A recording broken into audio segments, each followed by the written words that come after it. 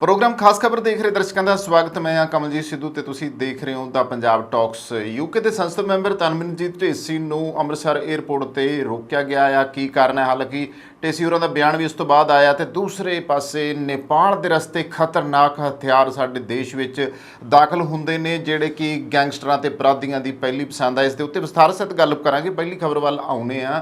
UK दे विच उत्थों दे संसद member ने मैंबर पार्लीमेंट ने सरदार तनमनजीत सिंह ढेसी उन्होंने कल अमृतसर एयरपोर्ट के उत्ते रोकिया, 2 घंटे उन्होंने बिठाई रखिया और इस तो बाद ये जिहड़ी खबर सीगी वो मीडिया के उत्ते चर्चा का विषय रही है कि आखिर क्यों रोकिया गया। एड्डी वड्डी हस्ती आ कि एक सिख होने करके रोकिया गया या कोई होर कारण बनते आ या कोई कमियां पेशियां सी जिस करके रोकिया गया। हालांकि एड्डी वड्डी हस्ती जिहड़ी आ वो ना अहल नहीं हो सकती, पर फिर भी इसके बावजूद उन्होंने 2 घंटे जिहड़ा आ वो खज्जल किया गया।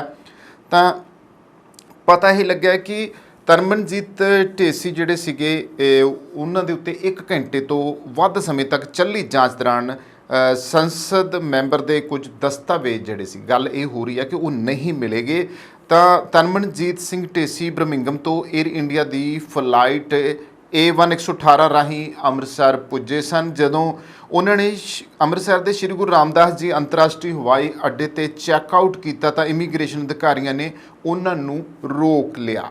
पता लगे कि तनमनजीत ढेसी की 1 घंटे तो वध समय तक चली जांच दौरान कुछ दस्तावेज नहीं मिले। इस तो बाद दस्तावेज मंगाए जाने ते उन्होंने जाने की इजाजत दी गई। पता लगा कि उन्होंने कोले overseas citizen of India OCI card और कुछ दस्तावेज वो नहीं सन। दस दिए कि Tanmanjeet Singh Dhesi British Labour Party नाल संबंधित ने अते स्लो हल्के नूं 2017 तो यूके दी विच संसद मैंबर वजों चुने जा रहे ने। ढेसी यूके के संसद मैंबर वजों पहले दस्तारधारी सिख भी ने। उदों तो लैके हुण तक वो यूके विच सिखां दे जिहड़े मुद्दे ने वो उठाउंदे आ रहे हैं। अच्छा, सिखां दे मुद्दों की गल आउंदी है विदेशों के विच जदों भी कोई इस तरह की गलबात होंदी है तो आम विदेशों में वसन वाले सिख ये कहते हैं कि जे तुसी यूके की संसद में ये मुद्दा चुकोगे तो शायद सिखां की गल सुनी जाए। यूके की संसद में मुद्दा चुकोगे तो पूरी दुनिया को पता लगूगा कि उत्थों की संसद में अगर सिखां नाल किते धक्का हो रहा है तो वो जिहड़ी गलबात होनी चाहिए। हालांकि किसानी मुद्दों के उत्ते भी तनमनजीत ढेसी जिहड़े सीगे वो हक च खड़े आके उन्होंने गल की है। विदेशों जाने वाले बच्चों बारे भी गल करते हैं। खास तौर पर बहुत सारे सिख मसले जिन्हों के उत्ते अक्सर वो चर्चा करते रहते हैं। तो मैं इत्थे तुहाडे नाल उन्हां दे हुण तक जिहड़े काम कीते सामने आए ने। हालांकि चलो वो मैंबर पार्लीमेंट ने यूके की संसद विच, पर इसके बावजूद जिहड़े उन्होंने हुण तक काम कीते ने उन्हां दे मद्देनज़र ही किते कुछ इशारे जिहड़े ने इदां दे मिल रहे ने जिस वजह करके उन्हां नूं रोकिया गया। तो पहलां उन्हां कामां वल्ल नज़र मार लैंदे आ। 19 अप्रैल 2022 की एक वड्डी खबर छाया हुई सीगी।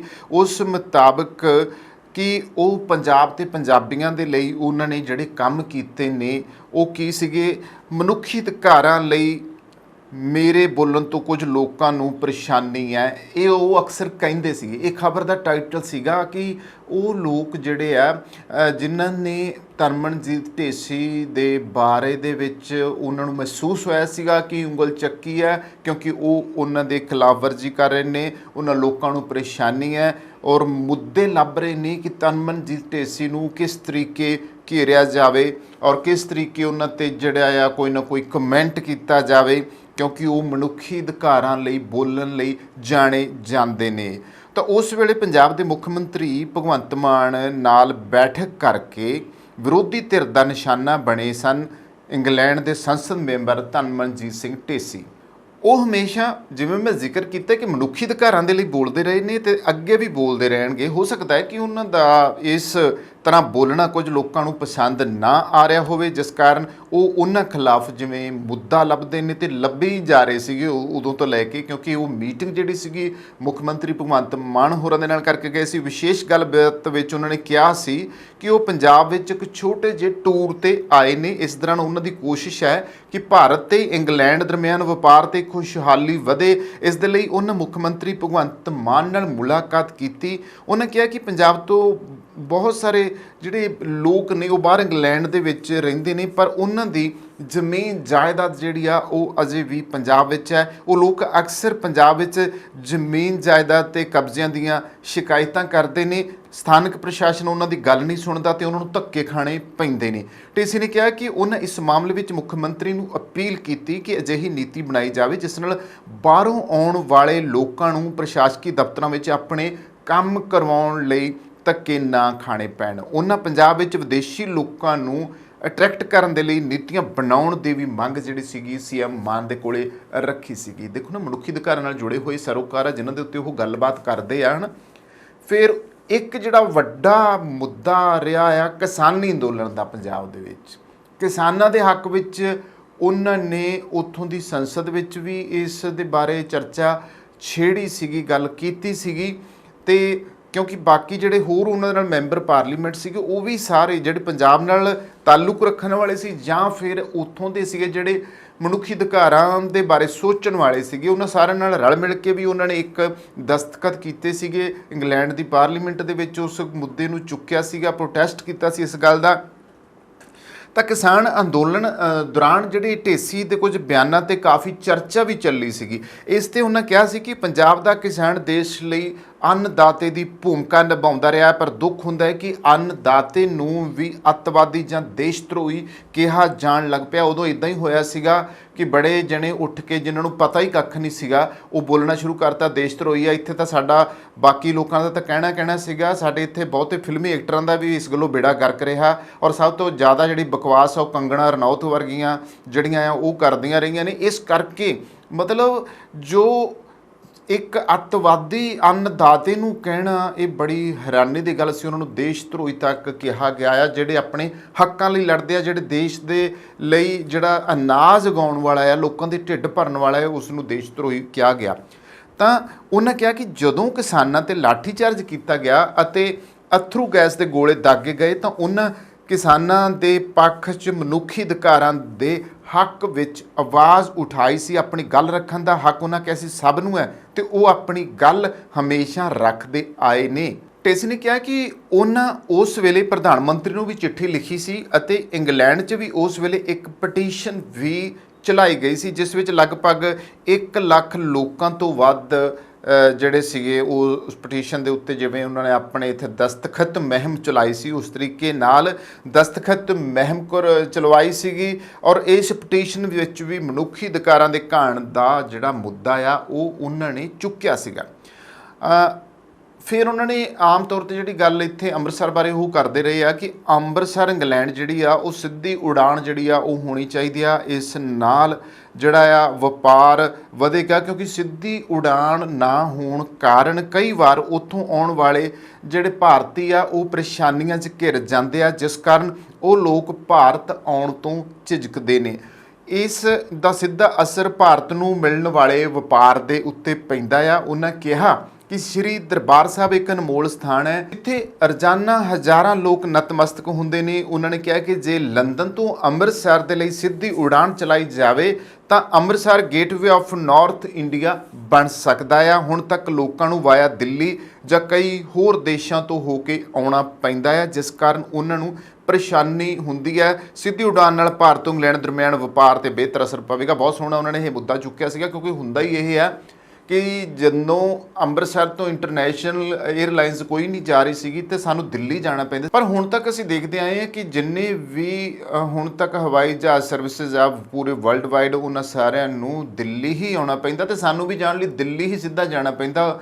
ਉੱਥੋਂ ਹੀ ਇੰਟਰਨੈਸ਼ਨਲ ਜਿਹੜੀ ਆ ਏਅਰਲਾਈਨ ਦਾ ਕੋਈ ਨਾ ਕੋਈ ਜਹਾਜ਼ ਫੜਨਾ ਪੈਂਦਾ ਆ। ਪਰ ਜੇ ਅੰਮ੍ਰਿਤਸਰ ਤੋਂ ਹੀ ਮਿਲ ਜਾਵੇ, ਹਾਲਾਂਕਿ ਡੋਮੈਸਟਿਕ ਤੌਰ ਦੇ ਉੱਤੇ ਸਾਰੇ ਸ਼ਹਿਰਾਂ ਵਿੱਚ ਫੈਸਿਲਿਟੀ ਹੈ, ਪਰ ਪੰਜਾਬ ਦੇ ਇਸ ਜਿਹੜਾ ਕਹਿ ਸਕਦੇ ਹਾਂ ਧਾਰਮਿਕ ਰਾਜਧਾਨੀ ਅੰਮ੍ਰਿਤਸਰ ਆ ਜਿਹੜੀ, ਇਸ ਤੋਂ ਜੇ ਸਿੱਧੀਆਂ ਉਡਾਣਾਂ ਵਿਦੇਸ਼ਾਂ ਤੱਕ ਹੋ ਜਾਂਦੀਆਂ ਤੇ ਉਹ ਬਹੁਤ ਵਧੀਆ ਸੀਗੀਆਂ। ਇਸ ਕਰਕੇ ਇਹ ਮੁੱਦਾ ਉਹਨਾਂ ਨੇ ਚੁੱਕਿਆ ਸੀ। ਇੰਗਲੈਂਡ ਦੇ ਨਾਲ ਖਾਸ ਤੌਰ ਤੇ ਜਿਹੜਾ ਰਾਬਤਾ ਆ ਉਹ ਜੁੜਨਾ ਚਾਹੀਦਾ ਆ। ਇਸ ਕਰਕੇ ਨਾਰਥ ਜ਼ੋਨ ਦੀ ਜਿਹੜੀ ਇਹ ਹੱਬ ਬਣ ਸਕਦਾ ਆ ਔਰ ਇੰਗਲੈਂਡ ਦਰਮਿਆਨ ਜਿਹੜਾ ਵਪਾਰ ਦੇ ਉੱਤੇ ਬਿਹਤਰ ਅਸਰ ਪੈ ਸਕਦਾ ਹੈ। ਦੇਖੋ ਨਾ ਵੀ ਇੱਕ ਤਾਂ ਇੰਗਲੈਂਡ ਦੇ ਵਿੱਚ ਮੈਂਬਰ ਪਾਰਲੀਮੈਂਟ ਆ, ਇਸ ਵਜ੍ਹਾ ਕਰਕੇ ਫਰਕ ਤਾਂ ਪੈਣਾ ਹੀ ਆ ਕਿ ਜੇ ਇਸ ਤਰੀਕੇ ਹੋ ਜਾਵੇ।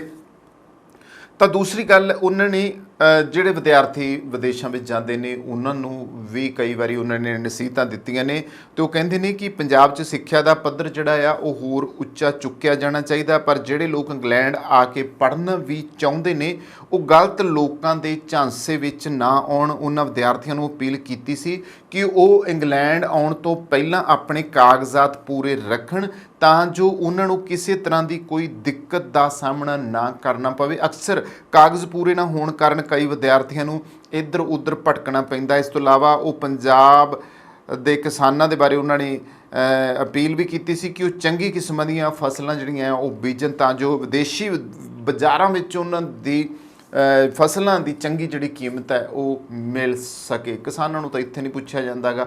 ਸਾਡੇ ਹਾਲਾਤ ਇਹ ਆ ਕਿੰਨਾ ਕੁ ਉਹਨਾਂ ਦੀਆਂ ਫਸਲਾਂ ਦਾ ਭਾਅ ਮਿਲਦਾ। ਇੱਥੇ ਜੇ ਮੰਡੀ ਦੇ ਵਿੱਚ ਦੇਖਿਆ ਜਾਵੇ ਕਿ ਇੱਕ ਤੁਸੀਂ ਸਬਜ਼ੀਆਂ ਬੀਜਣ ਵਾਲੇ ਕਿਸਾਨਾਂ ਦਾ ਲਾ ਲਓ ਕਿ ਜੇ 10 ਰੁਪਏ 20 ਰੁਪਏ ਕਿਤੋਂ ਕੱਦੂ ਤੋਰੀ ਉਹ ਚੱਕ ਕੇ ਲਿਆਏ ਆ ਤੇ ਬਾਜ਼ਾਰ ਦੇ ਵਿੱਚ ਉਹੀ ਜਦੋਂ ਭਈਆਂ ਦੀਆਂ ਰੇਹੜੀਆਂ ਦੇ ਉੱਤੇ ਵਿਕਦੀ ਆ ਤੇ ਘੱਟੋ ਘੱਟ 80 ਰੁਪਏ ਕਿਲੋ ਵਿਕਦੀ ਆ ਤੇ ਉੱਥੇ ਹੀ ਕਿਸਾਨ ਆ ਕੇ ਖੜਾ ਹੋ ਜਾਏ ਤਾਂ ਪਰੇਸ਼ਾਨ ਹੋ ਜਾਂਦਾ ਵੀ ਸਾਥੋਂ ਤਾਂ 20 ਰੁਪਏ ਚੱਕੀ ਆ ਤੇ 80 ਰੁਪਏ ਸਿੱਧੇ ਹੀ 60 ਰੁਪਏ ਦੁੱਗਣੇ ਨਹੀਂ ਤਿੱਗਣੇ ਚੌਗਣੇ ਪੈਸੇ ਜਿਹੜੇ ਨੇ ਇਹ ਕਮਾ ਰਹੇ ਆ।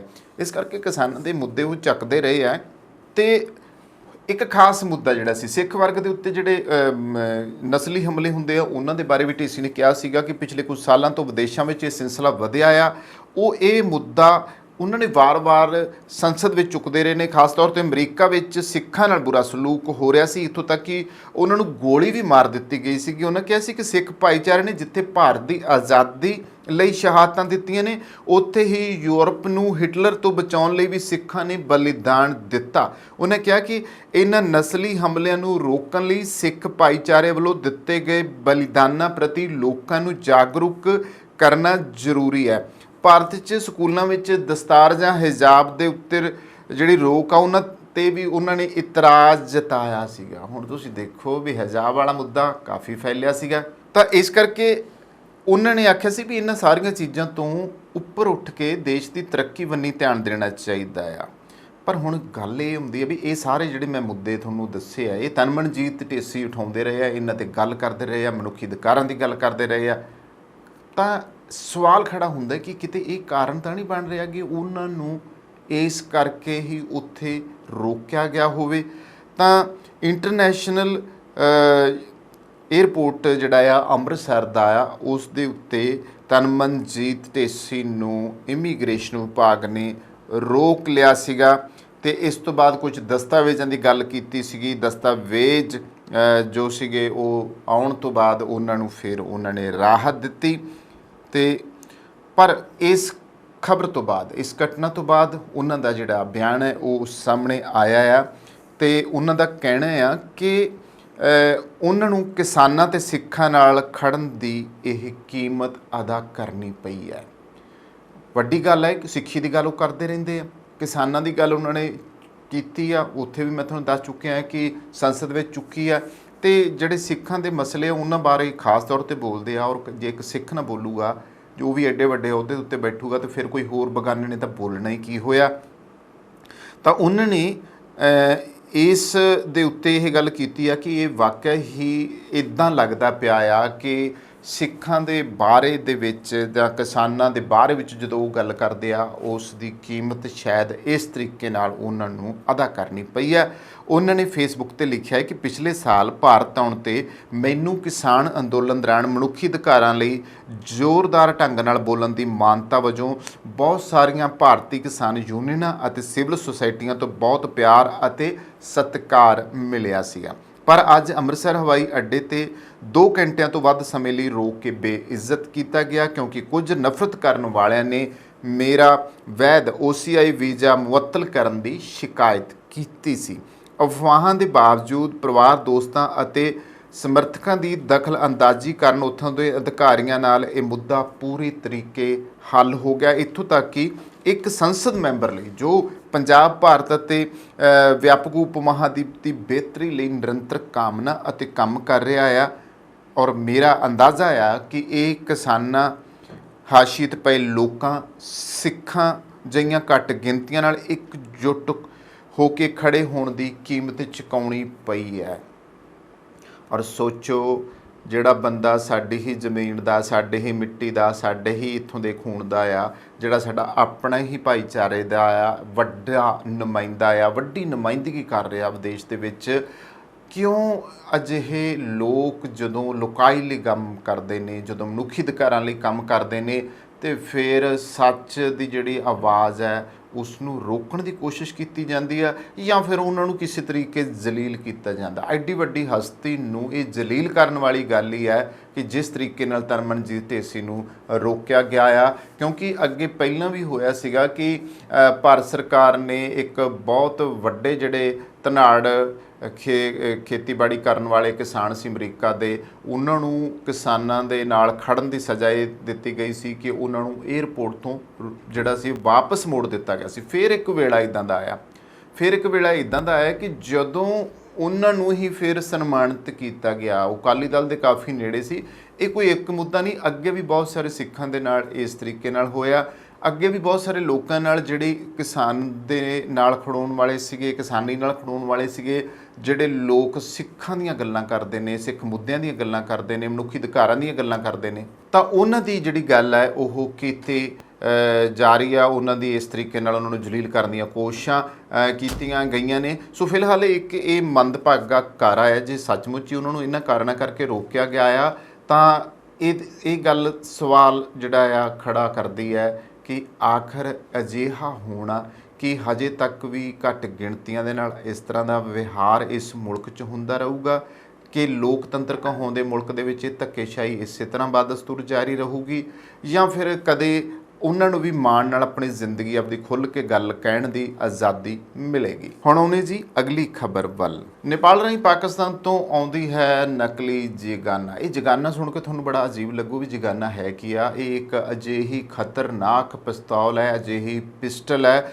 ਜਿਹਦੇ ਬਾਰੇ ਕਿਹਾ ਜਾਂਦਾ ਹੈ ਕਿ ਇਹ ਗੈਂਗਸਟਰਾਂ ਤੇ ਅਪਰਾਧੀਆਂ ਦੀ ਪਹਿਲੀ ਪਸੰਦ ਹੈ, ਤੇ ਇਹ ਫਿਰ ਆਪਣਾ ਜਿਹੜਾ ਵਾਦਾ ਦਾਵਾ ਜਿਹੜਾ ਹੋਏਗਾ ਨਾ ਇਸ ਪਿਸਤੌਲ ਦੇ ਬਾਰੇ, ਬਸ ਉਹ ਆਪਣਾ ਕੰਮ ਅਜਿਹਾ ਕਰਦੀ ਆ ਕਿ ਮੁੜ ਕੇ ਬਸ। ਔਰ ਮੈਂ ਤੁਹਾਨੂੰ ਦੱਸ ਦੇਣਾ ਚਾਹੂੰਗਾ ਕਿ ਇਹ ਐਡੀ ਖਤਰਨਾਕ ਹਥਿਆਰ ਹੈ ਜਿਹੜਾ ਅਸਲ ਵਿੱਚ ਤੁਰਕੀ ਦੇ ਵਿੱਚ ਬਣਦਾ ਸੀਗਾ, ਪਰ ਹੁਣ ਪਾਕਿਸਤਾਨ ਦੇ ਵਿੱਚ ਨਕਲੀ ਇਸ ਨੂੰ ਬਣਾਉਣ ਦੀਆਂ ਫੈਕਟਰੀਆਂ ਲੱਗੀਆਂ ਹੋਈਆਂ ਨੇ, ਉੱਥੇ ਬਣਾਇਆ ਜਾ ਰਿਹਾ। ਕਾਫੀ ਰਿਪੋਰਟਸ ਜਿਹੜੀਆਂ ਨੇ ਉਹ ਸਾਹਮਣੇ ਆਉਂਦੀਆਂ ਨੇ, ਵੱਖ-ਵੱਖ ਮੀਡੀਆ ਰਿਪੋਰਟਾਂ ਦੇ ਹਵਾਲੇ ਨਾਲ ਮੈਂ ਤੁਹਾਡੇ ਨਾਲ ਗੱਲ ਕਰਨੀ ਚਾਹੂੰਗਾ ਇਸ ਮੁੱਦੇ ਉੱਤੇ ਕਿ ਜਗਾਨਾ ਉਹ ਪਿਸਟਲ ਹੈ ਜਿਸ ਦੇ ਨਾਲ ਸਿੱਧੂ ਮੂਸੇਵਾਲੇ ਦਾ ਵੀ ਕਤਲ ਕੀਤਾ ਗਿਆ ਆ। ਔਰ ਇਸ ਤੋਂ ਇਲਾਵਾ ਜਿਹੜੇ ਉਹ ਯੂਪੀ ਦੇ ਵਿੱਚ ਅਤੀਕੂ ਰਹਿਮਾਨ ਹੋਰਾਂ ਦੇ ਕਤਲ ਹੋਏ ਆ, ਬਾਅਦ ਵਿੱਚ ਜਿਹੜੇ ਉਹਨਾਂ ਦੇ ਅਪਰਾਧੀ ਸੀ ਉਹਨਾਂ ਕੋਲੋਂ ਵੀ ਇਹ ਜਗਾਨਾ ਨਾਂ ਦੀ ਪਿਸਟਲ ਉਹ ਬਰਾਮਦ ਹੋਈ ਸੀ। ਤਾਂ ਹੈਰਾਨੀ ਆਉਂਦੀ ਹੈ ਕਿ ਭਾਰਤ 'ਚ ਤਾਂ ਇਹ ਬਣਦੀ ਨਹੀਂ, ਭਾਰਤ 'ਚ ਤਾਂ ਇਹ ਵਿਕਦੀ ਨਹੀਂ, ਫਿਰ ਇਹ ਇੰਡੀਆ ਦੇ ਵਿੱਚ ਆ ਕਿੱਥੋਂ ਰਹੀ ਆ।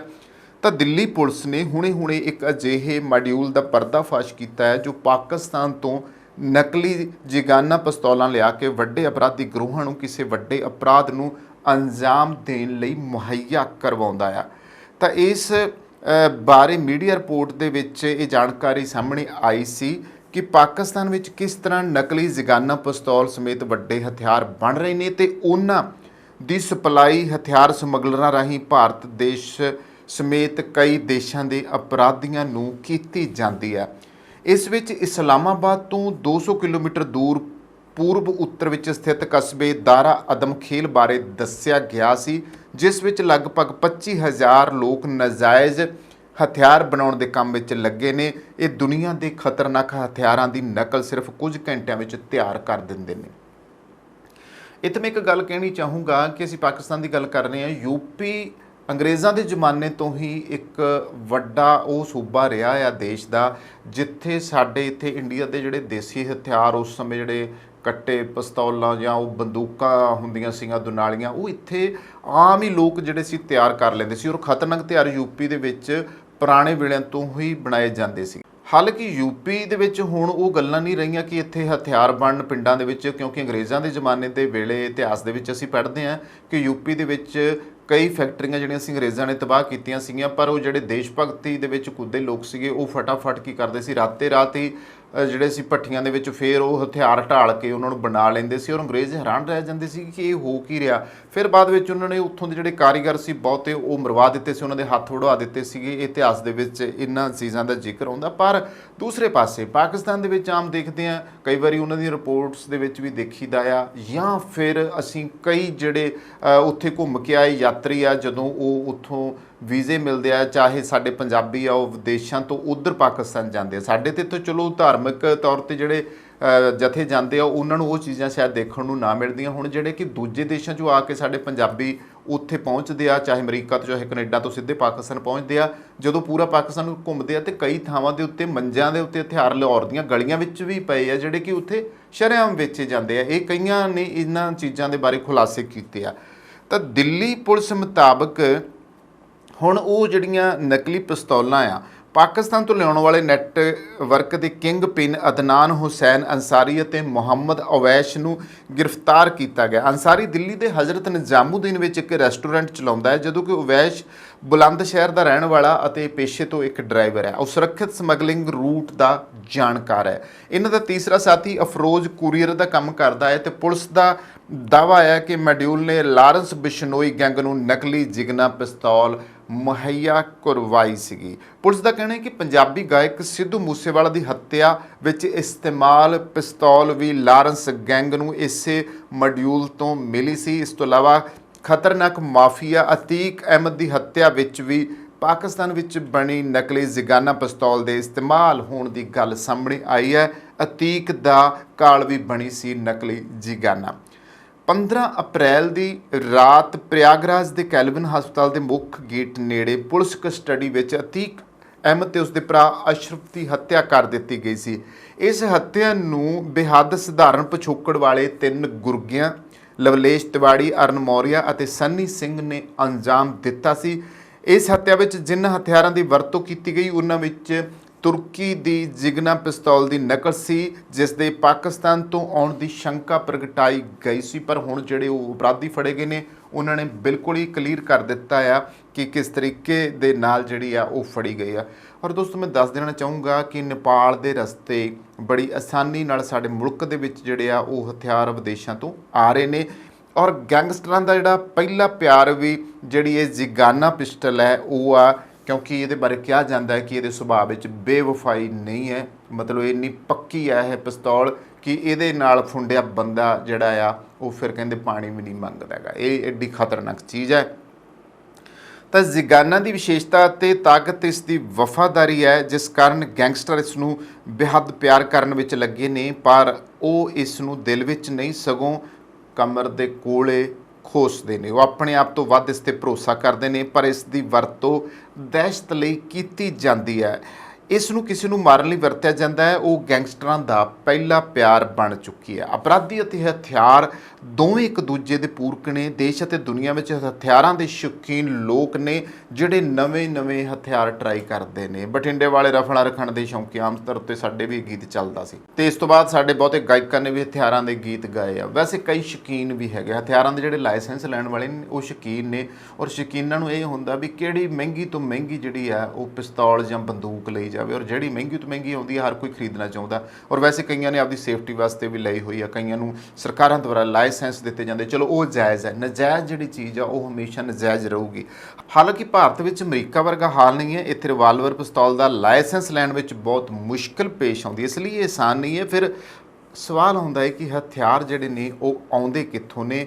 ਜ਼ਿਆਦਾਤਰ ਜੁਰਮਾਂ ਵਿੱਚ ਅਪਰਾਧੀ ਚੋਰੀ ਦੇ ਹਥਿਆਰਾਂ ਦੀ ਵਰਤੋਂ ਕਰਦੇ ਨੇ। ਅਤੇ ਇੱਥੇ ਅਸੀਂ ਜ਼ਿਕਰ ਕਰਦੇ ਹਾਂ ਕਿ ਜਿਸ ਤਰੀਕੇ ਨਾਲ ਮੈਂ ਸਿੱਧੂ ਮੂਸੇਵਾਲਾ ਔਰ ਅਤੀਕ ਅਹਿਮਦ ਦਾ ਜ਼ਿਕਰ ਕੀਤਾ ਹੈ ਕਿ ਉਹਨਾਂ ਦੇ ਕਤਲ ਵਿੱਚ ਜਿਗਾਨਾ ਪਿਸਟਲ ਜਿਹੜੀ ਸੀ ਉਹ ਵਰਤੀ ਗਈ ਹੈ, ਤਾਂ ਸਾਡੇ ਜਿਹੜੇ ਪੰਜਾਬ ਦੇ ਵਿੱਚ ਜਿਹੜੇ ਗੈਂਗਸਟਰ ਪਣਪੇ ਆ ਉਹਨਾਂ ਨੇ ਵੀ ਇਹਦੀ ਵਰਤੋਂ ਬਹੁਤ ਕੀਤੀ ਹੈ। ਤੁਸੀਂ ਇੱਕ ਚੀਜ਼ ਦੇਖੀ ਹੈ ਕਿ ਫਿਲਮਾਂ ਦੇ ਵਿੱਚ ਬਹੁਤ ਸਾਰੀਆਂ ਲੇਟੈਸਟ ਬੰਦੂਕਾਂ ਦੇਖੀਆਂ ਹੋਣਗੀਆਂ, ਨਵੇਂ ਡਿਜ਼ਾਈਨ ਵਾਲੀਆਂ ਅਤੇ ਖਤਰਨਾਕ ਬੰਦੂਕਾਂ ਸਾਨੂੰ ਦਿਖਾਈ ਦਿੰਦੀਆਂ ਨੇ। ਜਿਸ ਪਿਸਤੌਲ ਨਾਲ ਅਤੀਕ ਅਸ਼ਰਫ ਦਾ ਕਤਲ ਹੋਇਆ ਸੀ ਉਹ ਗੈਂਗਸਟਰਾਂ ਦੀ ਖਾਸ ਪਸੰਦ ਹੈ।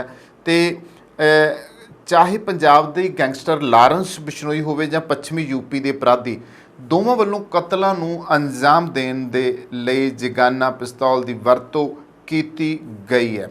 ਇੱਥੇ ਇੱਕ ਹੋਰ ਮੈਂ ਹਵਾਲਾ ਦੇਣਾ ਚਾਹੂੰਗਾ ਕਿ ਇੱਕ ਗੈਂਗਵਾਰ ਚਿੱਤਰਕੂਟ ਜੇਲ੍ਹ ਦੇ ਵਿੱਚ ਵੀ ਹੋਈ ਸੀ, ਜਿਸ ਵਿੱਚ ਪਿਸਤੌਲ ਨਾਲ ਇਹ ਮਿਰਾਜ ਨਾਂ ਦੇ ਇੱਕ ਜਿਹੜਾ ਅੰਦਰ ਕੈਦੀ ਸੀ ਉਹਨੂੰ ਮਾਰਿਆ ਗਿਆ ਸੀ, ਤੇ ਜਿਹੜੀ ਪਿਸਤੌਲ ਵਰਤੀ ਗਈ ਸੀ ਉਹ ਜਿਗਾਨਾ ਸੀ। ਲਖਨਊ ਤੇ ਗੋਮਤੀ ਨਗਰ ਵਿੱਚ ਮੁਖਤਿਆਰ ਦਾ ਇੱਕ ਹੋਰ ਗੁੰਡਾ ਮਾਰਿਆ ਗਿਆ ਸੀ, ਮੁਖਤਿਆਰ ਅੰਸਾਰੀ ਦਾ, ਤਾਂ ਉਹ ਕ੍ਰਾਈਮ ਦੀ ਜਿਗਾਨਾ ਪਿਸਤੌਲ ਦੇ ਨਾਲ ਹੀ ਮਾਰਿਆ ਗਿਆ ਸੀ। ਇਹਨਾਂ ਸਾਰੇ ਮਾਮਲਿਆਂ ਨੂੰ ਦੇਖਦੇ ਹੋਏ ਇਹ ਕਹਿਣਾ ਲਾਜ਼ਮੀ ਹੈ ਕਿ ਗੈਂਗਸਟਰਾਂ ਦਾ ਪਹਿਲਾ ਪਿਆਰ ਜਿਗਾਨਾ ਹੀ ਹੈ।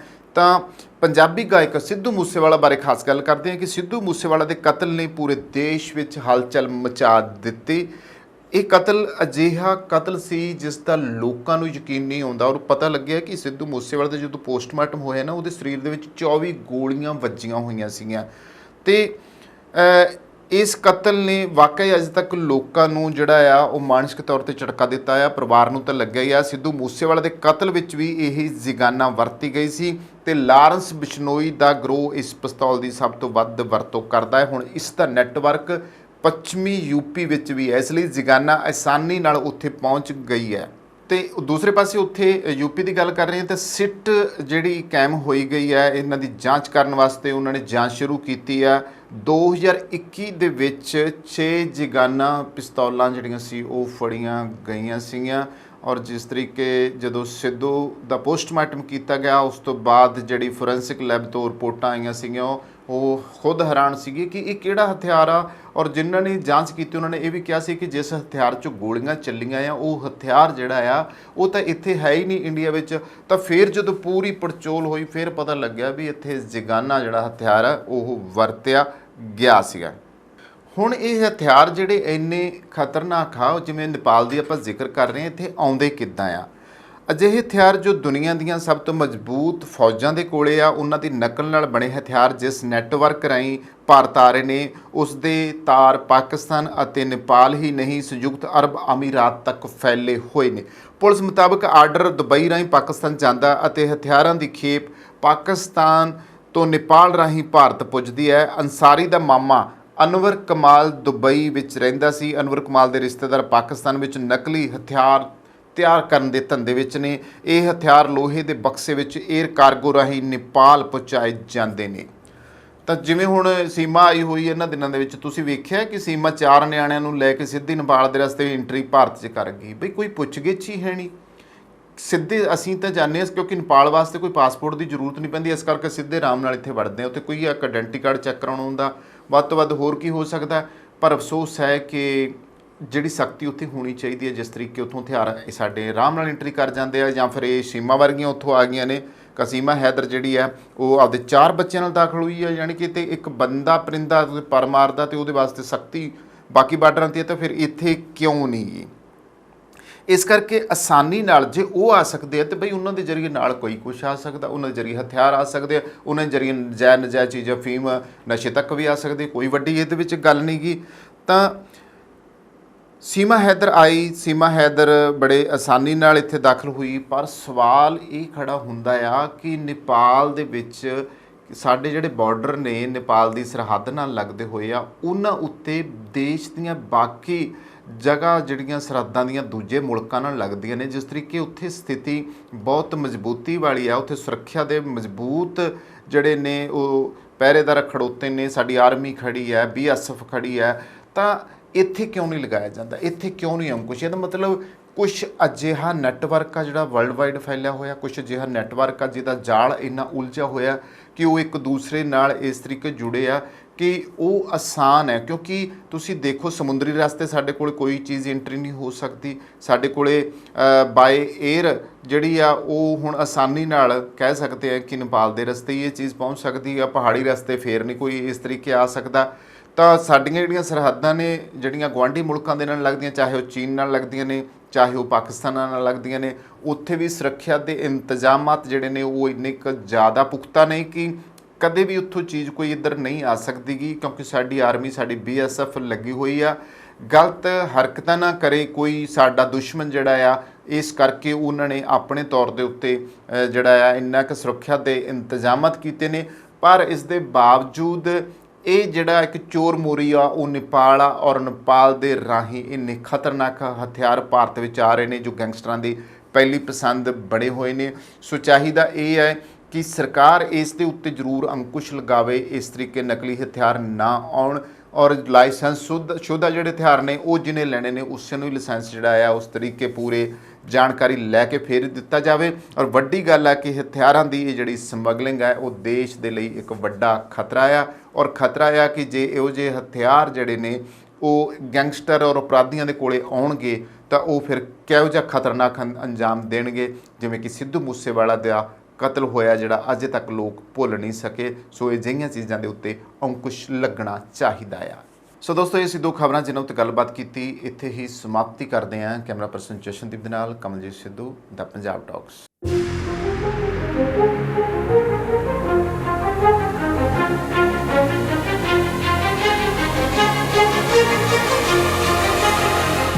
ਗੱਡੀਆਂ ਉੱਚੀਆਂ ਰੱਖੀਆਂ ਭਾਈ, ਗੱਡੀਆਂ ਉੱਚੀਆਂ ਰੱਖ ਭਾਵੇਂ ਨੀਵੀਆਂ, ਪਰ ਟਾਇਰਾਂ ਦਾ ਖਿਆਲ ਸਭ ਤੋਂ ਵੱਧ ਰੱਖ। ਓਏ ਇਸ ਪੱਖੋਂ ਆਪਾਂ ਨੂੰ ਕੋਈ ਟੈਨਸ਼ਨ ਨਹੀਂ। ਕਿਉਂ? ਕਿਉਂਕਿ ਇਹਦੀ ਜ਼ਿੰਮੇਵਾਰੀ ਆਪਾਂ ਦਿੱਤੀ ਹੋਈ ਏ ਮਾਲਵਾ ਟਾਇਰਸ ਵਾਲਿਆਂ ਨੂੰ। ਇੰਨਾ ਧਿਆਨ ਤੇ ਕੋਈ ਨਵਾਂ ਵਿਆਹਿਆ ਮੁੰਡਾ ਆਪਣੀ ਵੋਟੀ ਦਾ ਨਹੀਂ ਰੱਖਦਾ ਜਿੰਨਾ ਧਿਆਨ ਮਾਲਵਾ ਟਾਇਰਸ ਵਾਲੇ ਟਾਇਰਾਂ ਦਾ ਰੱਖਦੇ ਨੇ। ਅੱਛਾ। ਆਹੋ, ਕਰਵਾਉਣੀ ਹੋਵੇ ਟਰੱਕ ਐਂਡ ਟ੍ਰੇਲਰ ਅਲਾਈਨਮੈਂਟਸ ਜਿਵੇਂ ਕਿ ਬੁਸ਼ਿੰਗ, ਕਿੰਗ ਪਿੰਸ ਵਗੈਰਾ, wheel balance, change overs, rotations and flat repairs ਦਾ ਕੰਮ, ਇਹ ਸਭ ਕੁਝ ਪੂਰੇ ਤਸੱਲੀ ਬਖਸ਼ ਕਰਦੇ ਨੇ। ਇਹ ਕਿਸ ਟਾਈਮ ਅਵੇਲੇਬਲ ਹੁੰਦੇ ਨੇ? ਓਏ 24 ਘੰਟੇ 24/7 ਸਰਵਿਸ ਅਵੇਲੇਬਲ ਹੁੰਦੀ ਹੈ ਇਹਨਾਂ ਦੀ। ਕੈਲਗਰੀ 'ਚ ਸਭ ਤੋਂ ਬੈਸਟ ਟਾਇਰਸ ਐਂਡ ਸਰਵਿਸ ਹੈ ਇਹਨਾਂ ਦੀ। ਉਹ ਹੁਣ ਐਡਰੈਸ ਵੀ ਦੱਸ ਦੇ। Malwa tyres, unit G&K 8616 44 street, south East Calgary, Alberta. Phone number note ਕਰ 403 899 1985 403 899 1985।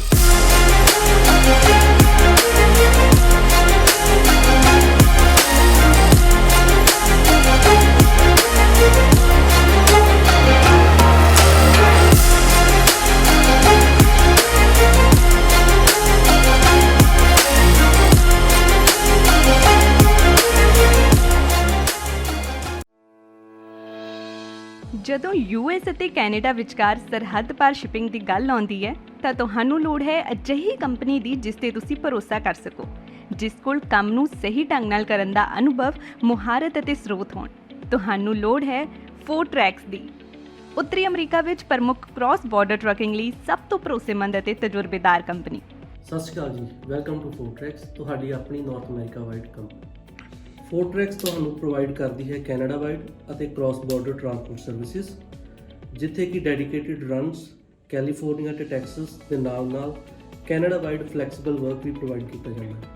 ਸਾਡੀ ਡਿਸਪੈਚ ਟੀਮ ਕੰਜ਼ਿਊਮਰ ਅਤੇ ਕਸਟਮਰ ਦੋਨਾਂ ਲਈ ਹੀ 24 ਆਵਰ ਕੰਮ ਕਰਦੀ ਹੈ ਅਤੇ ਇਸੇ ਦੇ ਨਾਲ ਹੀ 24 ਆਵਰ ਰੋਡ ਸਾਈਡ ਅਸਿਸਟੈਂਸ ਸਾਡੇ ਡਰਾਈਵਰ ਵੀਰਾਂ ਵਾਸਤੇ ਉਪਲਬਧ ਕੀਤੀ ਜਾਂਦੀ ਹੈ, ਜਿੱਥੇ ਕਿ ਯਾਰਡ ਦੇ ਵਿੱਚ ਹੀ ਤੁਹਾਨੂੰ ਸਕੇਲ, ਕ੍ਰਾਸ ਡੌਕ ਅਤੇ ਫਿਊਲ ਸਟੇਸ਼ਨ ਦੀਆਂ ਸਰਵਿਸਿਜ਼ ਪ੍ਰੋਵਾਈਡ ਕੀਤੀਆਂ ਜਾਂਦੀਆਂ ਹਨ।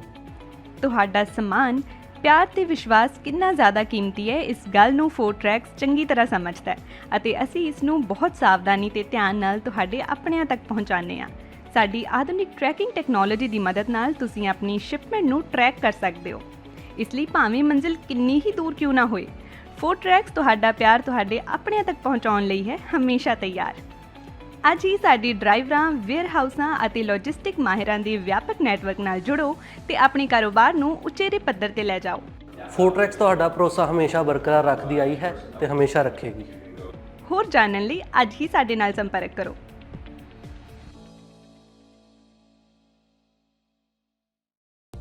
Bed hair day? Don't worry, ਅਸੀਂ ਤੁਹਾਡੀ ਹਰ ਜ਼ਰੂਰਤ ਨੂੰ ਸਮਝਦੇ ਹਾਂ। ਸ਼ਹਿਰ ਦੀ ਸਭ ਤੋਂ ਵਧੀਆ ਤੇ ਬਜਟ ਫ੍ਰੈਂਡਲੀ ਹੇਅਰ ਸੈਲੂਨ ਵਿੱਚ ਤੁਹਾਡਾ ਸਵਾਗਤ ਹੈ। ਸਤਿ ਸ਼੍ਰੀ ਅਕਾਲ ਜੀ, ਮੈਂ ਹਾਂ ਰਮਨ। ਸਤਿ ਸ਼੍ਰੀ ਅਕਾਲ ਜੀ, ਮੈਂ ਹਾਂ ਜਸ ਆਰਜੇ ਹੇਅਰ ਸਲੂਨ ਤੋਂ। ਸਾਡੇ ਟੈਲੈਂਟਡ ਸਟਾਈਲਿਸਟ ਤੁਹਾਨੂੰ ਆਪਣੀ ਪਸੰਦ ਅਨੁਸਾਰ ਹੇਅਰ ਕੱਟ, ਕਲਰ ਅਤੇ ਸਟਾਈਲ ਦਿੰਦੇ ਨੇ ਜੋ ਤੁਹਾਡੀ ਲੁੱਕ ਨੂੰ ਸੂਟ ਕਰਦਾ ਹੈ। ਇਸ ਲਈ ਸਿਰਫ ਉੱਚ ਗੁਣਵੱਤਾ ਵਾਲੇ ਪ੍ਰੋਡਕਟਸ ਦਾ ਇਸਤੇਮਾਲ ਕੀਤਾ ਜਾਂਦਾ ਹੈ ਤਾਂ ਜੋ ਤੁਹਾਡਾ ਸਟਾਈਲ ਤੇ ਖੂਬਸੂਰਤੀ ਰਹੇ ਹਮੇਸ਼ਾ ਬਰਕਰਾਰ। ਆਰਜੇ ਹੇਅਰ ਸਲੂਨ ਤੁਹਾਨੂੰ ਪ੍ਰੋਵਾਈਡ ਕਰਦਾ ਹੈ hair smoothing, keratin treatments, hair cut, hair spas, colour corrections, root retouch, highlights, balayage. ਇਸੇ ਦੇ ਨਾਲ ਮੈਨਸ ਸੈਕਸ਼ਨ ਦੇ ਵਿੱਚ ਅਸੀਂ ਪ੍ਰੋਵਾਈਡ ਕਰਦੇ ਹਾਂ hair cuts, fades, shave, beard trims and specially beard trims with scissor. ਸਾਡੇ ਕੋਲੇ ਸਾਰਾ ਸਟਾਫ ਬਹੁਤ ਹੀ ਕੁਆਲੀਫਾਈਡ ਹੈ। ਸਾਰੀ services waxing, keratin, smoothing, highlights, everything we provide here. ਅਸੀਂ ਗਾਰੰਟੀ ਦਿੰਨੇ ਆ ਕਿ ਸੈਲੂਨ ਤੋਂ ਬਾਹਰ ਨਿਕਲਦੇ ਸਾਰ ਤੁਸੀਂ ਮਹਿਸੂਸ ਕਰੋਗੇ ਥੋੜਾ ਜ਼ਿਆਦਾ ਖੂਬਸੂਰਤ, ਥੋੜਾ ਹੋਰ ਜ਼ਿਆਦਾ ਕੌਨਫੀਡੈਂਟ। ਸਤਿ ਸ਼੍ਰੀ ਅਕਾਲ ਜੀ, ਮੇਰਾ ਨਾਮ ਹੈ ਮਨਵੀਰ ਸਿੰਘ ਤੇ ਮੈਂ ਬਰੈਂਪਟਨ ਤੋਂ ਮੂਵ ਹੋਇਆ ਸੀ ਵਿਨੀਪੈਗ ਤੇ ਮੈਂ ਸਰਚ ਕਰਦਾ ਸੀਗਾ ਬੈਸਟ ਹੇਅਰ ਸਲੂਨ ਇਨ ਵਿਨੀਪੈਗ ਤੇ ਮੈਨੂੰ ਪਹਿਲੇ ਨੰਬਰ ਤੇ ਆਇਆ ਆਰਜੀ ਹੇਅਰ ਸਲੂਨ। ਸਤਿ ਸ਼੍ਰੀ ਅਕਾਲ ਜੀ, ਮੇਰਾ ਨਾਮ ਹੈ ਤਰੁਣ। ਮੈਂ ਤੁਹਾਨੂੰ ਰეკਮੈਂਡ ਕਰਾਂਗਾ ਕਿ ਆਰਜੇ ਹੇਅਰ ਸਲੂਨ ਤੇ ਆਓ ਤੇ ਇੱਥੇ ਤੁਹਾਨੂੰ ਆਪਣੇ ਹਰ ਤਰ੍ਹਾਂ ਦੀ ਹੇਅਰ ਸਟਾਈਲਿੰਗ ਔਰ ਬੀਅਰਡ ਸਟਾਈਲਿੰਗ ਮਿਲ ਜੇਗੀ। Hi, my name is Lindsay. I've been coming to RJ Hair Salon since they opened up 4 years ago, and Jazz has always been fantastic with my hair. ਅਸੀਂ ਸਿਰਫ hair cut ਨਹੀਂ ਕਰਦੇ ਬਲਕਿ ਤੁਹਾਡੀ ਖੂਬਸੂਰਤੀ ਸਵਾਰਦੇ ਹਾਂ, ਕਿਉਂਕਿ ਸਾਡਾ ਮੰਨਣਾ ਹੈ ਜਦੋਂ ਤੁਸੀਂ ਖੁਦ ਨੂੰ ਚੰਗੇ ਲੱਗਦੇ ਹੋ ਤਾਂ ਤੁਹਾਨੂੰ ਸਭ ਚੰਗਾ ਲੱਗਦਾ ਹੈ। Your own saloon, your own style. ਤਾਂ ਇਸ ਨਾਲ ਹੀ ਸਾਡੀ ਅਨਦਰ ਆਰਜੇ ਹੇਅਰ ਸਲੂਨ ਦੀ ਬ੍ਰਾਂਚ ਓਪਨ ਹੋ ਰਹੀ ਹੈ ਜਿਹਦੀ ਕਿ ਲੋਕੇਸ਼ਨ ਆ 601 ਮਨਰੋ ਐਵੇਨਿਊ। ਤਾਂ ਤੁਸੀਂ ਉੱਥੇ ਵੀ ਜ਼ਰੂਰ ਵਿਜ਼ਿਟ ਕਰ ਸਕਦੇ ਹੋ। ਈਸਟ ਦੇ ਵਿੱਚ ਰਹਿੰਦੇ ਕਸਟਮਰਸ ਲਈ ਨੇੜੇ ਆ ਤੇ ਸਾਡਾ ਕੰਟੈਕਟ ਨੰਬਰ ਆ 2049988959। ਆਪਣੇ ਵਾਲਾਂ ਦੀ ਸਕਿਨ ਨੂੰ ਦਿਓ ਇੱਕ ਨਵੀਂ ਪਹਿਚਾਨ। ਅੱਜ ਹੀ ਕਾਲ ਕਰੋ ਜਾਂ ਵਿਜ਼ਿਟ ਕਰੋ ਆਰਜੇ ਹੇਅਰ ਸੈਲੂਨ।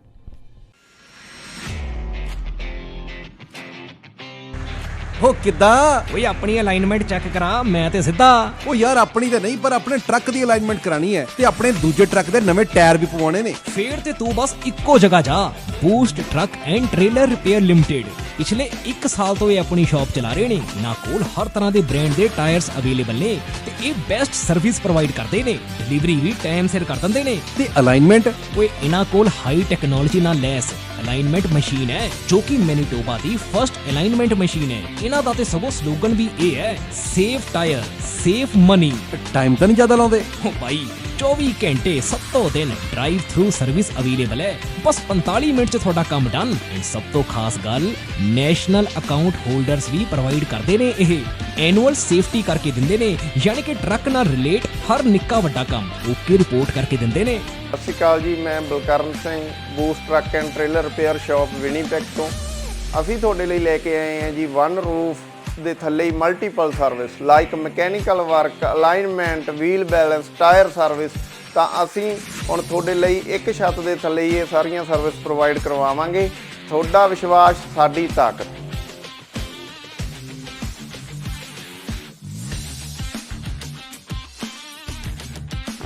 ਹੈਲੋ ਗਾਇਜ਼, ਅੱਜ ਆਪਾਂ ਇਸ ਟਰੱਕ ਦੀ ਮੇਨ ਸੀਲ ਅਤੇ ਆਇਲ ਪੈਨ ਰਿਪਲੇਸ ਕਰ ਰਹੇ ਹਾਂ। ਖੁਦਾ ਨਾ ਖਾਸਤਾ ਕਦੇ ਵੀ ਤੁਹਾਡੇ ਟਰੱਕ ਨੂੰ ਕੋਈ ਵੀ ਇਦਾਂ ਦੀ ਪ੍ਰੋਬਲਮ ਆਉਂਦੀ ਹੈ ਤਾਂ ਕਦੇ ਨਾ ਭੁੱਲੋ boost truck and trailer in Winnipeg.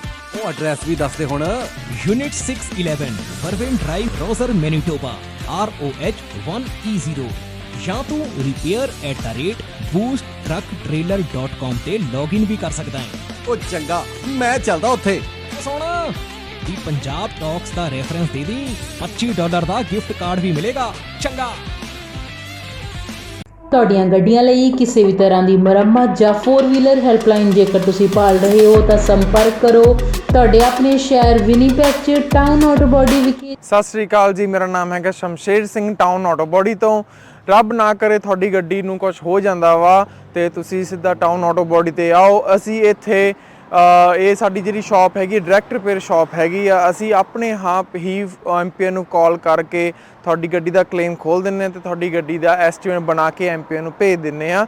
ਕੋਈ ਵੀ ਤੁਹਾਡੀ ਗੱਡੀ ਤੇ ਸਕ੍ਰੈਚ, ਡੈਂਟ ਜਾਂ ਕੋਈ ਤੁਹਾਡੀ ਗੱਡੀ ਦੇ ਕੋਈ ਸ਼ੀਸ਼ੇ ਤੋੜ ਗਿਆ ਵਾ, ਤੁਸੀਂ ਸਾਨੂੰ ਕਾਲ ਕਰੋ, ਅਸੀਂ ਆਪਣੇ ਆਪ ਹੀ ਗਲਾਸ ਕਲੇਮ ਖੋਲ੍ਹ ਲੈਂਦੇ। ਇਹ ਸ਼ਾਪ ਜਿਹੜੀ ਆ ਇਹ ਐਮਪੀਏ ਦੀ ਕ੍ਰੈਡਿਟਡ ਸ਼ਾਪ ਹੈਗੀ ਆ ਵਾ। ਅਸੀਂ ਸਿੱਧੀ ਡਾਇਰੈਕਟ ਬਿਲਿੰਗ ਕਰਦੇ ਹਾਂ ਐਮਪੀਏ ਨੂੰ। ਇੱਥੇ ਅਸੀਂ ਆਪ ਹੀ ਗਲਾਸ ਕਲੇਮ ਵੀ ਖੋਲ੍ਹਦੇ ਹਾਂ। ਤੁਹਾਨੂੰ ਗਲਾਸ ਕਲੇਮ ਖੋਲ੍ਹਣ ਦੀ ਫੋਨ ਦੀ ਲੋੜ ਨਹੀਂ ਹੈਗੀ। ਅਸੀਂ ਆਪਣੇ ਆਪ ਇੱਥੇ ਗਲਾਸ ਕਲੇਮ ਖੋਲ੍ਹਦੇ। ਜਦੋਂ ਤੱਕ ਤੁਹਾਡੀ ਗੱਡੀ ਇੱਥੇ ਸ਼ਾਪ 'ਤੇ ਰਹੂਗੀ ਉਦੋਂ ਤੱਕ ਅਸੀਂ ਕਾਰ ਰੈਂਟਲ ਵੀ ਦੇਵਾਂਗੇ। ਵੈਨਾਂ, ਟਰੱਕ, SUV ਕੋਈ ਵੀ ਤੁਹਾਨੂੰ ਕਾਰ ਰੈਂਟਲ ਵੀ ਚਾਹੀਦੀ ਹੋਈ ਅਸੀਂ ਕਾਰ ਰੈਂਟਲ ਵੀ ਤੁਹਾਨੂੰ ਦੇਵਾਂਗੇ। ਆਪਣੀ ਸ਼ਾਪ ਲੋਕੇਸ਼ਨ ਹੈਗੀ ਹੈ 64 ਸਾਲਟਰ ਸਟਰੀਟ ਵਿਨੀਪੈਗ ਦੇ ਵਿੱਚ। ਜਿਵੇਂ ਤੁਹਾਨੂੰ ਪਤਾ ਹੀ ਹੈ ਸਨੋ ਆ ਰਹੀ ਹੈ ਵਿਨੀਪੈਗ ਦੇ ਵਿੱਚ, ਉਵੇਂ ਤੁਹਾਡੇ ਲਈ ਅਸੀਂ ਵਿੰਟਰ ਟਾਇਰ ਪ੍ਰੋਗਰਾਮ ਲੈ ਕੇ ਆਏ। ਐਮਪੀਏ ਦਾ ਵਿੰਟਰ ਟਾਇਰ ਪ੍ਰੋਗਰਾਮ ਆ, ਉਹਦੇ ਵਿੱਚ $2000 ਤੱਕ ਤੁਹਾਨੂੰ ਐਮਪੀ ਹੀ ਲੋਨ ਦਿੰਦੀ ਆ। ਵਿੰਟਰ ਟਾਇਰ ਪ੍ਰੋਗਰਾਮ ਵਿੱਚ ਅਲੋਏ ਵੀਲਸ, ਟਾਇਰ, ਅਲਾਈਨਮੈਂਟ ਤੁਸੀਂ ਕਰਵਾ ਸਕਦੇ ਹੋ। ਕੋਈ ਵੀ ਤੁਹਾਨੂੰ ਜਾਣਕਾਰੀ ਦੀ ਲੋੜ ਆ ਤੁਸੀਂ ਸਾਨੂੰ ਜਦੋਂ ਮਰਜ਼ੀ ਫੋਨ ਕਰ ਲਓ 2044211300 ਤੇ, ਜਾਂ ਤੁਸੀਂ ਸਾਡੀ ਵੈਬਸਾਈਟ ਤੇ ਜਾ ਲਓ www.townautobody.ca। ਉਹਦੇ ਵਿੱਚ ਤੁਸੀਂ 24/7 ਲਾਈਵ ਚੈਟ ਤੁਸੀਂ ਏਜੰਟ ਦੇ ਨਾਲ ਕਰ ਸਕਦੇ ਹੋ। Thank you. ਹਾਂਜੀ ਸਤਿ ਸ੍ਰੀ ਅਕਾਲ ਜੀ। ਮੇਰੀ ਗੱਡੀ ਦਾ ਇੱਥੇ ਇੱਕ ਡੈਂਟ ਜਿਹਾ ਪੈ ਗਿਆ ਸੀਗਾ। ਉਸ ਤੋਂ ਬਾਅਦ ਮੈਂ ਇਹਨਾਂ ਕੋਲ ਟਾਊਨ ਆਟੋ ਬੋਡੀ ਵਾਲਿਆਂ ਕੋਲ ਆਇਆ ਤੇ MPI ਤੋਂ ਕਲੇਮ ਲੈਣ ਤੋਂ ਬਾਅਦ ਇਹਨਾਂ ਕੋਲ ਗੱਡੀ ਆਪਾਂ ਨੇ ਰੱਖ ਦਿੱਤੀ ਤੇ ਥੋੜੀ ਦਿਨਾਂ ਦੇ ਵਿੱਚ ਇਹਨਾਂ ਨੇ ਗੱਡੀ ਮੇਰੀ ਪੂਰੀ ਚੰਗੀ ਤਰ੍ਹਾਂ ਮੁਕੰਮਲ ਕਰਕੇ ਸਹੀ ਕਰਕੇ ਦੇ ਦਿੱਤੀ ਹੈ ਤੇ ਨਾਲ ਦੀ ਨਾਲ ਇਹਨਾਂ ਨੇ ਗੱਡੀ ਦੀ ਮੇਰੀ ਦੀ ਡਿਟੇਲਿੰਗ ਵੀ ਕਰਤੀ, ਧੋਤੀ ਤੇ ਗੱਡੀ ਪੂਰੀ ਲਿਸ਼ਕਾਤੀ ਤੇ ਬਹੁਤ ਵਧੀਆ ਜਿਹੜੀ ਆ ਕਸਟਮਰ ਸਰਵਿਸ ਵੀ ਦਿੰਦੇ ਨੇ। ਤੇ ਜੇਕਰ ਤੁਹਾਨੂੰ ਉਸ ਟਾਈਮ ਤੇ ਜੇਕਰ ਤੁਹਾਡੀ ਗੱਡੀ ਖਰਾਬ ਹੋਈ ਹੈ ਤੇ ਕੋਈ ਰੈਂਟਲ ਗੱਡੀ ਤੁਸੀਂ ਚਲਾਉਣ ਨੂੰ ਲੈਣੀ ਹੈ ਤੇ ਉਹ ਵੀ ਜਿਹੜੀ ਹੈ ਤੁਹਾਨੂੰ ਪ੍ਰੋਵਾਈਡ ਕਰ ਦਿੰਦੇ ਨੇ। ਮੈਂ ਤੁਹਾਨੂੰ ਹਾਈਲੀ ਰਿਕਮੈਂਡ ਕਰਾਂਗਾ ਵਿਨੀਪੈਗ ਏਰੀਆ ਦੇ ਵਿੱਚ ਜਾਂ ਤੁਸੀਂ ਕਿਸੇ ਹੋਰ ਲਾਗ ਪਾਸ ਦੇ ਏਰੀਆ ਦੇ ਵਿੱਚ ਤੁਹਾਡੀ ਗੱਡੀ ਆ ਖਰਾਬ ਹੁੰਦੀ ਹੈ, ਤੁਸੀਂ ਇਹਨਾਂ ਕੋਲ ਪਹੁੰਚੋ ਤੇ ਬਹੁਤ ਹੀ ਵਧੀਆ ਸਰਵਿਸ ਤੇ ਜਲਦੀ ਜਿਹੜੀ ਤੁਹਾਨੂੰ ਆ ਤੁਹਾਡੀ ਗੱਡੀ ਚਲਦੀ ਕਰਕੇ ਦੇ ਦਿੰਦੇ ਨੇ। Thank you ji. ਸਰਵਿਸ ਦਾ ਲਾਭ ਉਠਾਉਣ ਲਈ ਹੁਣੇ ਕੰਟੈਕਟ ਕਰੋ town auto body 64 Salter street, Winnipeg MB, Canada, Manitoba. ਸਾਡਾ ਕੰਟੈਕਟ ਨੰਬਰ ਹੈ +1204 421 1300।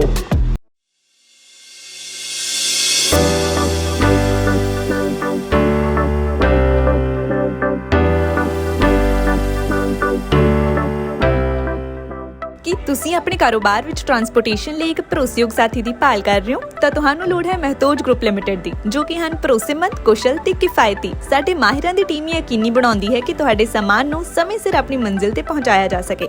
ਸਾਡੇ ਉન્નਤ ਟਰੈਕਿੰਗ ਸਿਸਟਮ ਨਾਲ ਤੁਸੀਂ ਆਪਣੀਆਂ ਕੀਮਤੀ ਚੀਜ਼ਾਂ ਨੂੰ ਟਰੈਕ ਵੀ ਕਰ ਸਕਦੇ ਹੋ। We are a safety-first company with a strong commitment to drivers' well-being. Based in Winnipeg Centreport District, Matage is a great place to begin your career and take it to new heights. So my name's Rick. I've been working here for several years now. Mostly what we do inside the shop is we do lots of safeties, lots of repairs, brake jobs, and lots of warranty work on the Freightliners. We do lots of servicing inside the shop, trucks, trailers, lots of lighting problems and stuff like that. It's a good company to work for. Warehousing ਤੇ distribution ਤੋਂ ਲੈ ਕੇ delivery ਤੱਕ ਸਾਡੇ ਕੋਲ ਤੁਹਾਡੀਆਂ ਸਾਰੀਆਂ ਆਵਾਜਾਈ ਲੋੜਾਂ ਨੂੰ ਸੰਭਾਲਣ ਲਈ ਤਜਰਬਾ ਤੇ ਬੁਨਿਆਦੀ ਢਾਂਚਾ ਹੈ। ਲੌਜਿਸਟਿਕਸ ਨੂੰ ਆਪਣੇ ਕਾਰੋਬਾਰ ਨੂੰ ਰੋਕਣ ਨਾ ਦਿਓ। ਸਾਨੂੰ ਭਾਰੀ ਲਿਫਟਿੰਗ ਨੂੰ ਸੰਭਾਲਣ ਦਿਓ ਤਾਂ ਜੋ ਤੁਸੀਂ ਧਿਆਨ ਕੇਂਦਰਿਤ ਕਰ ਸਕੋ ਆਪਣੇ ਕਾਰੋਬਾਰ ਤੇ। ਮਹਿਤੋਜ ਗਰੁੱਪ ਲਿਮਟਿਡ ਨੂੰ ਬਣਾਓ ਆਪਣਾ ਮਦਦਗਾਰ ਤਾਂ ਜੋ ਤੁਸੀਂ ਨਿਸ਼ਚਿਤ ਹੋ ਕੇ ਸੰਭਾਲ ਸਕੋ ਆਪਣਾ ਕਾਰੋਬਾਰ।